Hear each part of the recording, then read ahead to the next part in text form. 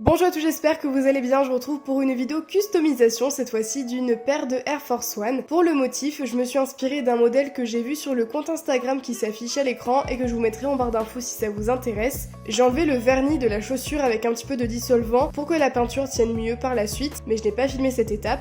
Grâce à l'application Sketches et ma tablette, je suis venue choisir la disposition des couleurs et des motifs pour pouvoir me donner une petite idée du résultat final, mais vous pouvez bien sûr le faire sur du papier. Et ensuite, je viens dessiner les contours avec un crayon à papier pour pouvoir me donner une petite idée et pour que ce soit beaucoup plus facile lorsque je vais appliquer la peinture. Comme ça, je suis sûre de ne pas me tromper d'endroit. Donc il n'y a pas besoin d'appuyer comme une tabagie avec le crayon à papier, il faut juste dessiner légèrement les contours et dans tous les cas, ils ne se verront pas par la suite vu qu'on va les retracer en noir après à la fin. Et donc une fois que j'ai terminé de dessiner les contours de mon motif, sur les deux côtés de chaque chaussure, ce qui est assez long, j'ai commencé à appliquer la peinture. Donc c'est de la peinture pour textile, le mieux c'est de prendre de la peinture pour cuir, puisque c'est sûr de bien tenir. Là je suis en train de tester la résistance de la peinture, mais ça a l'air de bien tenir en tout cas.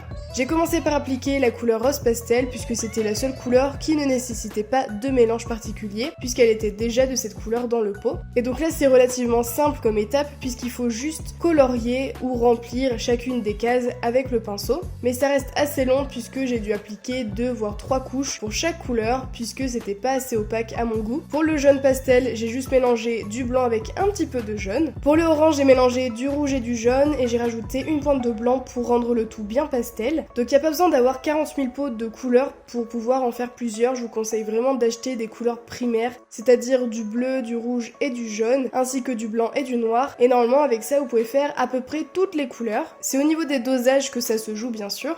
Pour créer le violet, j'ai mélangé du blanc avec du bleu et un petit peu de rouge. Donc bien sûr, ce sont des paires de chaussures qu'il ne faut pas mettre quand il pleut, déjà parce qu'elles sont blanches, mais surtout parce que ça risquerait d'abîmer le motif. Et forcément, comme toute custom, la peinture finit forcément par s'abîmer. Donc c'est pour ça que je vous conseille d'imperméabiliser régulièrement vos chaussures, vos customs, ou d'ajouter du vernis pour prolonger la durée de vie de votre motif que vous avez fait à la peinture. Comme ça, on est sûr que ça tient et vous pourrez les mettre souvent sans les abîmer forcément. Pour le bleu, j'ai mélangé du blanc avec du bleu et un petit peu de vert pour ajouter du peps à la couleur. Et pour terminer, pour la dernière couleur, j'ai mélangé du blanc avec du vert qui est bien fluo et une pointe de jaune. J'applique mes différentes couches en laissant bien sécher à chaque fois, jusqu'à ce que le résultat soit bien opaque et me plaise. Et ensuite avec un pinceau un petit peu plus long, donc un pinceau liner et de la peinture noire, je viens faire tous les contours. Et là je dois vous avouer que c'est l'étape la plus compliquée et surtout la plus longue, parce qu'il faut faire des traits fins et surtout égaux à chaque fois. Et bien évidemment, les endroits où c'est arrondi, c'est assez compliqué de faire des traits qui soient vraiment les mêmes à chaque fois. Donc j'ai dû faire quelques retouches par la suite en rajoutant de la couleur, et j'ai aussi rajouté des petites coulures sur mes motifs pour accentuer cet effet de peinture qui coule.